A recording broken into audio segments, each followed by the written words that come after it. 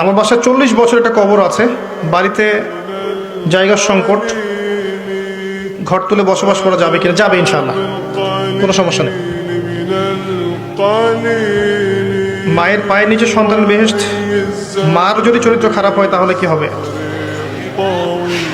আসলে তারপরেও দুনিয়াতে আপনি যতদিন বেঁচে আছেন মায়ের সাথে ভালো আচরণ করতে হবে। আপনার মায়ের চরিত্র খারাপই হোক আর মা কাফেরই হোক না কেন, আপনাকে তার হকটা আদায় করতে হবে। আল্লাহ পাক এটা সূরা লুকমানের মধ্যে বলেছেন। কোন সূরায়? সূরা লুকমানে বলেছেন। লুকমান হাকিমের উপদেশগুলোর মধ্যে একটাতে আছে, ওয়া ইন জাহাদাকা আন তুশরিকা বিমা লাইসা লাকা বিহি ইলম ফালা তুতিউহুমা। তোমার পিতামাতা যদি তোমাকে আল্লাহর সাথে শিরিক করতেও বলে, এই যে শিরিক সবচেয়ে বড় পাপ বললাম একটু আগে, পিতামাতা যদি শিরিক করতে ফোর্স করে তুমি তাদের আনুগত্য করবে না। পিতামাতাও যদি তোমাকে আল্লাহর সাথে শিরিক করতে ফোর্স করে তাদের আনুগত্য করবে না। কিন্তু ওয়াসাহিবুহুমা ফিদ দুনিয়া মা'রুফা, এই দুনিয়ায় তাদের সাথে উত্তম আচরণ করবে।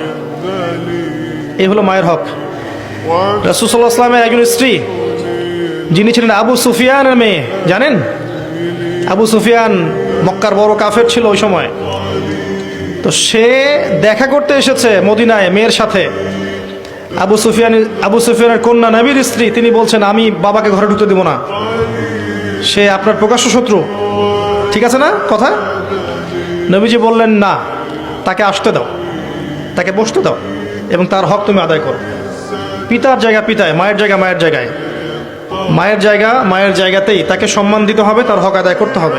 এরপরে তার খারাপ অংশটুকু আপনি তাকে শুধরানোর চেষ্টা করেন, নসিহত করেন, বোঝানোর চেষ্টা করেন, দোয়া করেন, বেশি বেশি দোয়া করেন, রব্বির হামহুমা কামা রাব্বায়ানি সাগীরা। ইনশাআল্লাহ আল্লাহ চায় তো আপনার মায়ের মন পরিবর্তন হয়ে যাবে ইনশাআল্লাহ।